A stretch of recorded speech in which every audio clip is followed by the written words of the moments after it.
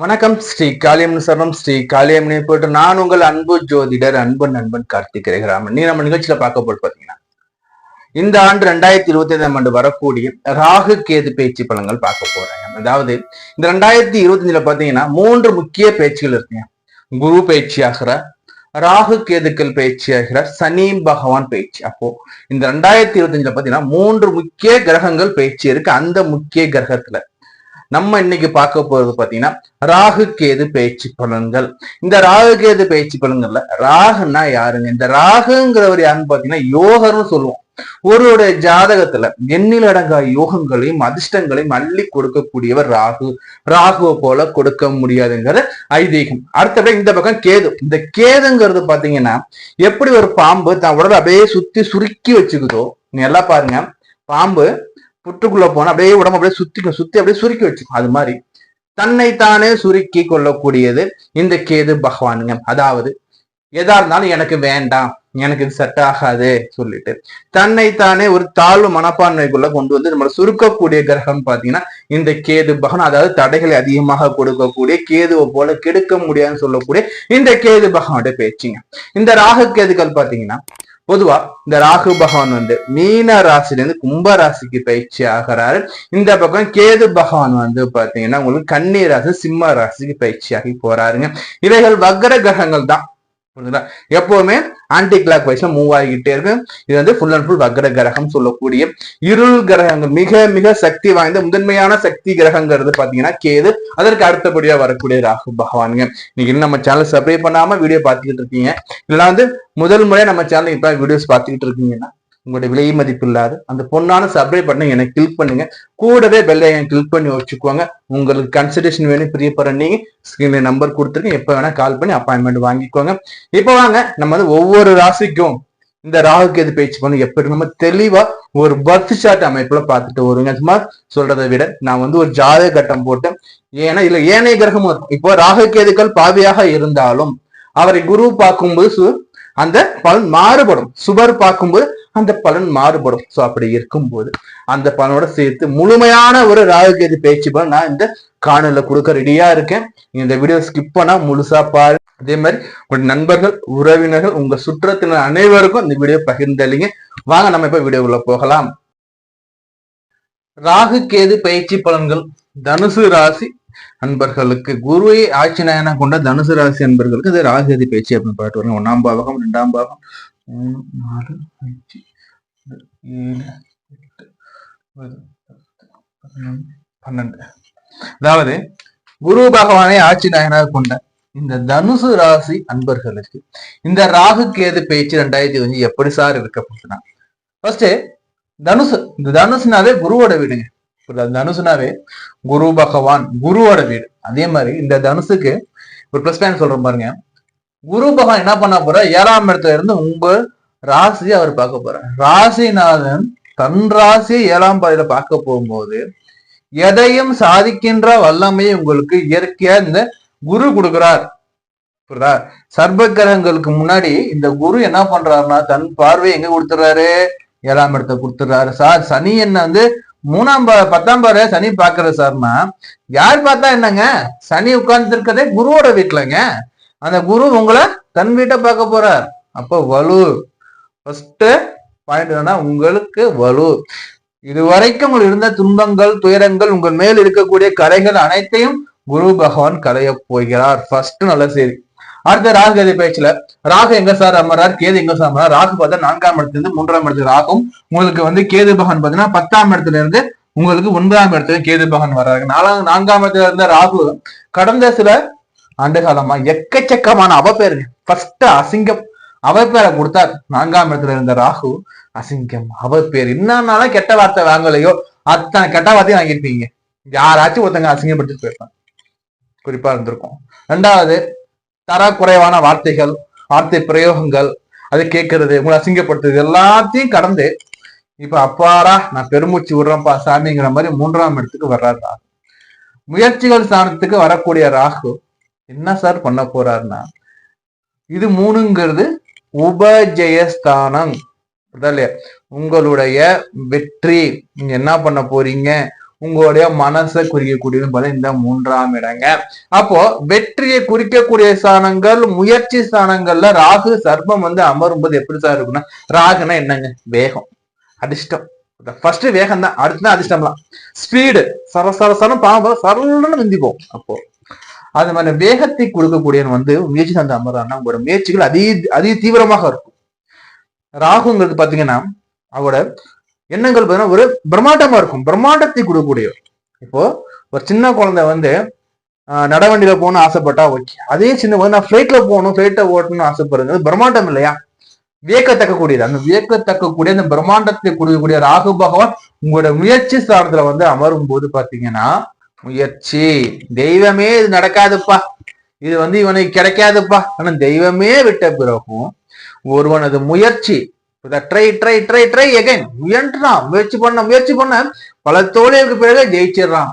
எவ்வளவு கஷ்டப்பட்டா இருப்பா, அவரு ஜெயிச்சுட்டா இருப்பா போது இந்த 3ஆம் இடத்துல ஒரு அறிவியல் அறிஞரை எடுத்துக்கோங்க.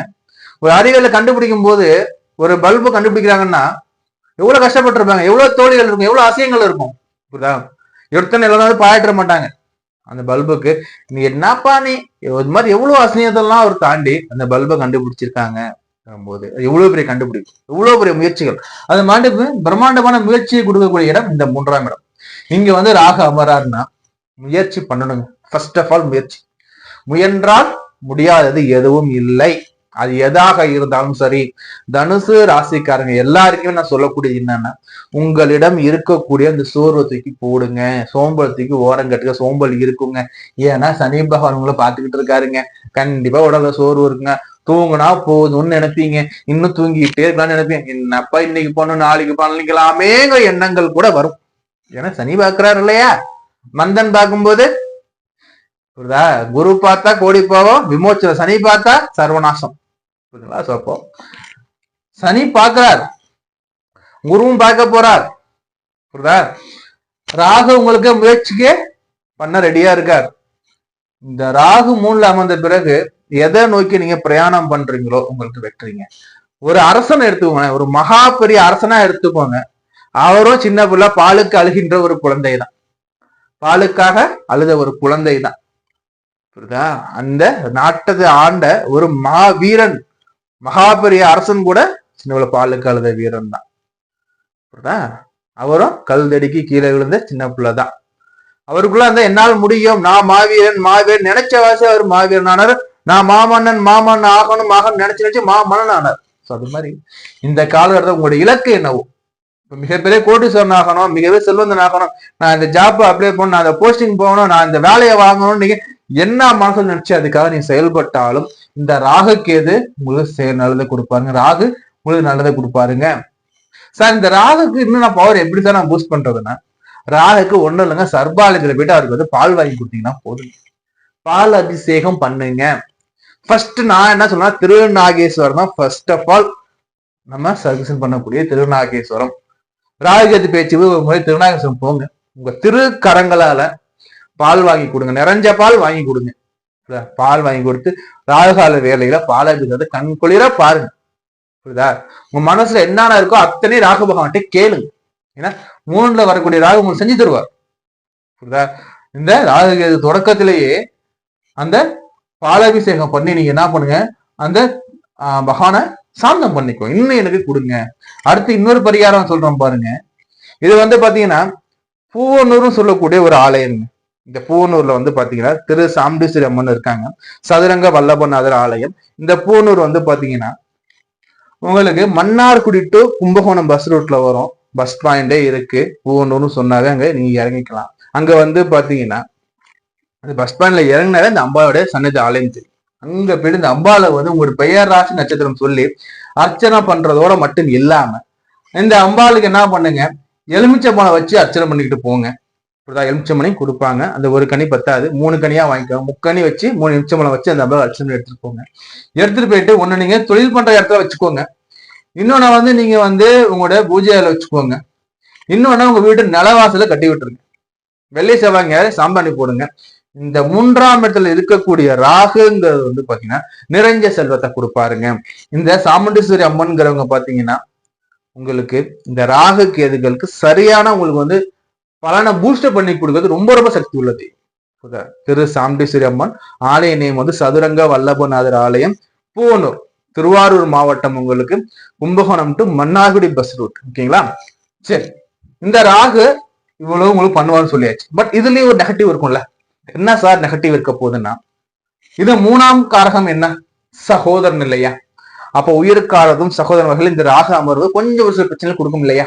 அப்ப என்ன சார் கொடுக்க போகுதுன்னா, அண்ணன் தம்பி, அங்காளி பங்காளி, அண்ணன் தங்கச்சி அல்ல அக்கா தம்பி, இது மாதிரி அந்த உறவு முறையில, உடன் பிறந்தோர் உறவு முறையில வம்புகள், வழக்குகள், கோர்ட்டு கேஸ் சந்திக்கிற வாய்ப்பு கூட இருக்கும். என்ன சார் சொல்றீங்க? நானும் என் தம்பியும் பாத்தீங்கன்னா திக் ஃப்ரெண்ட்ஸ் மாதிரி இருப்போம் சார். நாங்க அண்ணன் தம்பினா சொல்ல முடியாது சார். நாங்க இது சின்ன பொழுது ஒரு துளி சண்டை கூட போட்டது இல்லை சார். நாங்க சண்டை போட போறோம்னா இந்த ராகு என்ன பண்ணா கண்டிப்பா ஏதோ ஒரு பிரிவினை பேரத்தை ஏற்படுத்தும். என் மேலே தம்பியே போட்டான் சார். நாங்க அப்படி இருந்தோம் சார். நான் நினைச்சு கூட பார்க்கல சார். எம்எல்ஏ கேஸ் போட்டான் சார். ஸோ அப்போ அந்த உயிருக்காரத்துவம் இங்க என்னன்னு பாத்தீங்கன்னா இந்த சகோதரத்துவம். இந்த சகோதரத்துவ வகையில தயவு செஞ்சு கவனமா இருந்து போங்க. புரியுதா? என்ன பண்ணணும், என்ன பண்ணக்கூடாதுன்னு தெளிவா பிளான் பண்ணிட்டு பண்ணுங்க. இது நம்ம சொல்லக்கூடியது ஃபர்ஸ்ட் பாயிண்ட். இந்த பக்கம் கேது 9ஆம் இடத்துல கேது. 9ஆம் இடத்துக்கு கேது தகப்பன் ஸ்தானம். தகப்பன் ஸ்தானம் சிம்ம மகள். சிம்மத்துல கேது அமர்றாருன்னா ஃபர்ஸ்ட் தகப்பனுக்கு ஒரு சில உடல் உபாதைகள் இருக்குங்கிறத மறுக்க முடியாத உண்மை. அடுத்தபடியா இங்க வந்து கேது பகவான் பாக்கியம் சொல்லக்கூடிய 9ஆம் இடத்துல அமரும் போது சர்ப்பம் பாக்கியத்துல அமர்ந்து சார்னா இந்த 9ங்கிறது ஒரு வகையில அதிர்ஷ்டத்தையும் குறிக்கும். பாக்கியஸ்தான் நல்லா இருந்தா அதிர்ஷ்ட வாய்ப்பு நல்லா இருக்கும் சார். அப்போ இந்த அதிர்ஷ்டத்தை கொடுக்கக்கூடிய இடத்துல இங்க சர்ப்பம் அமர்ந்தே சார்னா, இப்போ உதாரணம் சொல்றேன் பாருங்களேன். இப்போ ஒரு 10 பேர் இன்டர்வியூ பண்ணி வச்சுக்கோங்களேன். ஒரே ஒரு போஸ்டிங் தான் இருக்கு. புரியுதா இல்லையா? அப்போ எல்லா டிப்ளமா முடிச்சாங்க போறீங்க. அந்த ஒருத்தர் 10 பேர் ஒருத்தர் மட்டும் எக்ஸ்ட்ரா ஒரு கோர்ஸ் பண்ணிருக்கான். கம்மியா என்ன பண்ண எக்ஸ்ட்ரா பண்ண இவனை எடுங்கப்பா. இவன் எப்பவோ ஒரு காலகட்டத்தை சும்மா இருக்க முடியாம ஏதோ ஒரு கோர்ஸ் பண்ணிருப்பான். அந்த கோர்ஸுங்க இப்ப உங்களுக்கு கொடுக்கும். அப்ப நீ என்றைக்கோ பண்ணிய ஒரு விஷயம்ங்கிறது உங்களுக்கு இப்ப கை கொடுக்கும். நீங்களே மறந்துக்கலாம். நான் அன்னைக்கு பண்ணனா அது இப்ப உதவி பாருப்பாங்கிறது. என்றோ நம்ம செய்த ஒரு காரியம் நமக்கு வந்து என்ன பண்ண போனா உதவி பண்ண போகுதுங்க. அதே மாதிரி 9ஆம் இடத்துல கேதுக்கள் என்ன சார் பண்ணுவாருன்னா, இந்த கேதுங்கள் தகப்பனுக்கு உடல் உபாதைகள் கொடுக்கும். அதே மாதிரி பாக்கியத்துல கொஞ்சம் தடைத்தரங்கள் இருக்கும். தகப்பன் மகன் பிளஸ் பூர்வீக சொத்துக்கள் வருது, இல்ல அப்பா அம்மான உறவு மேல ஒரு சில தடைத்தரங்கள் இருக்கும். கொஞ்சம் மிஸ் அண்டர்ஸ்டாண்டிங் இருக்குங்க. எங்க அப்பா என்ன காயப்படுத்திட்டாரு, எங்க அம்மா என்ன அப்ப காயப்படுத்திட்டாங்க, எங்க அம்மா வரப்போறதுல அப்பா என்ன காயப்படுத்திட்டாங்க, என் அப்பாவுக்கு எனக்கு நான் பிரிஞ்சிருக்கேங்கிற மாதிரியான சூழ்நிலைகள் வரும். இந்த காலகட்டத்துல தகப்பன் வகையான புரிதலை வளர்த்துக்கோங்க. என்ன நடந்தாலும் யாரு என் அப்பா தானே திட்டுறாரு, திட்டிட்டு போட்டுமே, என்ன பெத்தாரு வளர்த்தாரு, கஷ்டப்பட்டு வளர்த்தாரு, படிக்க வச்சு 6 சம்பாதனை அப்ப வேலை செஞ்சுட்டு எங்க அப்பான்னு திட்டு எல்லா உரிமையும் இருக்குன்னு நினைச்சுக்கோங்க. எந்த ஒரு பிரச்சனையும் வேலை. அதே மாதிரி தகப்பன் மேலும் அப்படிதான். என் மகன் தானே என்ன சொல்றான் சொல்லிட்டு போட்டு என் மகனுக்கு இல்லாத உரிமையான்னு நினைச்சீங்கன்னா இந்த பிரிவினை பேதத்துக்கு பிரச்சனை இல்லை. இது கேது வந்து அவன் என்ன நினைக்கிறான், தவறான புரிதல் கொடுக்குங்க. ஃபர்ஸ்ட் ரிலேஷன்ஷிப்ல தவறான புரிதல், தப்பா புரிஞ்சுப்பாங்க. நம்ம நல்லதுன்னு செய்யறது தப்பா போகிறது, அவ்வளவுதான். பெருசா வேற ஒண்ணும் இல்லை. தப்பான புரிதல்கள், மிஸ் அண்டர்ஸ்டாண்டிங். அப்போ இதனால வெளிப்படையா தெளிவா நீங்க பேசிட்டீங்கன்னா உங்களுக்கு இந்த பிரச்சனைகள் இருக்க போறது இல்லை. இவருக்கு நம்ம என்னென்ன வழிபாடு நம்ம சொல்றோம்னு பாத்தீங்கன்னா, ஒரு முறை புரியுங்களா, திருவிடைமருதூர் போயிட்டு அந்த மகாலிங்கேஸ்வரரை வழிபாடு பண்ணிட்டு வாங்க. எப்போனா இந்த ராகுகேது பேச்சான பிறகு திருவிடைமருதூர் மகாலிங்கேஸ்வரர் போயிட்டு ஒரு வழிபாடு பண்ணிட்டு வாங்க. அதே மாதிரி வந்து பாத்தீங்கன்னா வந்து பிரதோஷ வழிபாடுகள் ரொம்ப சக்தி உள்ளதாக இதற்கு இருக்கும். அதே மாதிரி பாத்தீங்கன்னா எந்த ஒரு காரியத்தையும் செய்வதற்கு முன்னாடி விநாயக பகவானை 3 முறை உச்சரித்த பிறகு எந்த ஒரு சில இருந்தாலும் நீங்க தொடங்குங்க, வெற்றி உங்களுக்கு. புரியுதா? ஆக மொத்தத்துல இந்த தனுசு ராசிக்காரங்களுக்கு இந்த ஆண்டு எப்படி சார் இருக்க போகுதுன்னா, நீங்க எதை நோக்கி நீங்க முயற்சி எடுக்கிறீங்களோ அந்த காரியம் வெற்றி அடையக்கூடிய காலமாக இருக்கு. அப்போ நல்லதுக்காக முயற்சி எடுங்க. புரியுதா? அச்சீவ் பண்ண எதெல்லாம் நீங்க அச்சீவ் பண்றத முயற்சி பண்றீங்களோ அந்த முயற்சிகள்லாம் திருவினை ஆக்குங்க. யார் சப்போர்ட் பண்ணாலும் சரி, சப்போர்ட் பண்ணாட்டாலும் சரி. புரியுதா? உங்களுடைய குல தெய்வம் உங்களை காத்து நிக்குங்கிறத மைண்ட்ல வச்சுக்கோ. புரியுதா? இங்க 9ல வந்து அமர்றாருன்னா இதுவும் ஒரு வகையில வந்து தகப்பன்கள் நம்மளோட பூர்வ புண்ணியத்துக்கு போய்விடும். இங்கதான் வந்து நமக்கு அமராருங்கும் போது குலதெய்வ வழிபாடு, குலதெய்வத்தை மனசுல நினைச்சுக்கிட்டு நீங்க என்ன செய்யறீங்களோ அது கரெக்டா செய்யுங்க. உங்களுக்கு வெற்றி நிச்சயம். சார் ஒரு முறை நான் தவறி கீழே விழுந்து சார்னா அதோட தோன்றக்கூடாது. நீங்க நடந்து போனோம்னா பல வாட்டி கீழே விழுந்திருப்போம். பல முறை விழுந்த பிறகுதான் நம்ம நிகழ்ச்சி நடந்துகிட்டு இருக்கோம். புரியுதுங்களா? அதே மாதிரி நம்ம கார் ஓட்டுறோம், பைக் ஓட்டுறோம்னா பல முறை சைக்கிள் ஓட்டுறதை தவிர நம்ம கீழே விழுந்திருப்போம். அப்ப நம்ம சுதந்திரம்னா நம்ம கார் ஓட்ட முடியாது, பைக் ஓட்ட முடியாது. அப்போ இந்த முயற்சிகளை வெற்றி அடையறதுக்கு ஒரு ராகு உறுதுணையா நிக்கிறார். சொன்ன பரிகாரம் மட்டும் பண்ணுங்க. இந்த 1.5 ஆண்டு காலம் உங்களுக்கு வெற்றிகரமான ஆண்டாக பார்க்கப்படுறேன். இப்ப இருக்க சூழ்நிலை மாறி 1.5 ஆண்டு காலத்துக்கு பேர் நல்ல ஒரு பொசிஷன்ல அமர்ந்து நான் பாக்குறேன். நோட் பண்ணி வச்சுக்கோங்க. உங்களுக்கு கன்சல்டேஷன் வேணும், ஜாதகம் பார்க்கணும் பிரியப்பட்டீங்கன்னா ஸ்கிரீன்ல நம்பர் இருக்கு, கால் பண்ணி கன்சல்டேஷன் வாங்கிக்கோங்க. நம்ம சேனல் சப்ஸ்கிரைப் பண்ணி வச்சுக்கோங்க. உங்க ஃப்ரெண்ட்ஸ் கூட உறவினர்கள் நடந்த லிங்கை ஷேர் பண்ணுங்க. அவங்களும் இந்த நல்ல செய்தியை பார்த்து அவங்களும் தெரிஞ்சுக்கட்டும். வாழ்த்துக்கள். நம்ம இது வரைக்கும் பார்த்து பாத்தீங்கன்னா 2025ஆம் ஆண்டுக்கான ராகு கேது பயிற்சி பலன்கள். இந்த ராகு கேது பயிற்சி பலன்கள் பாத்தீங்கன்னா உங்களுடைய நடப்பு தசாநாதன், நடப்பு புத்திநாதனை பொறுத்து மாறுபடுங்க. அதே மாதிரி உங்களுடைய சுய ஜாதகத்துல ராகு பகவான் வாங்கிய நட்சத்திர சாரம் என்ன, கேது பகவான் வாங்கிய நட்சத்திர சாரம் என்ன, ராகு கேதுக்களை எந்த சுபர் பார்த்துக்கிட்டு இருக்காங்க, இல்ல எந்த அசுபர் பார்த்துக்கிட்டு இருக்காங்க, அவங்க வாங்கிய சாரங்கள் என்ன, இதெல்லாம் கால்குலேட் பண்ணும்போதுதான் உங்களுக்கு ஒரு முழுமையான ப்ரிடிக்ஷன் கிடைக்கும். உங்களுடைய சுய ஜாதகத்துல, அதாவது பர்த் ஜாதகத்துல உங்களுக்கு அவங்க நிலைகள் என்ன, அதுக்கு ஏற்ற மாதிரி இதை நீங்க மேட்ச் பண்ணி பாருங்க. உங்களுக்கு மேட்சஸ் 100% வருங்க. இது கோச்சார பலன்கள் புரியுதுங்களா? உங்களுடைய சுய ஜாதக பலன் நீங்க மட்டும் பார்க்கணும்னு விருப்பப்பட்டீங்கன்னா ஸ்கிரீன்ல என் நம்பர் கொடுத்துருக்கேன், கால் பண்ணி கன்சல்டேஷன் வாங்கிக்கோங்க. அதே மாதிரி இந்த வீடியோஸை உங்க ஃப்ரெண்ட்ஸ், உங்க நண்பர்கள் எல்லாரோட இந்த வீடியோஸை பகிர்ந்தளிங்க. நான் உங்களை வேற காலையில் சந்திக்கிறேன். நான் உங்கள் அன்பு நண்பன், அன்பு ஜோதிடர் கார்த்திக் ரகுராமன். நன்றி, வணக்கம்.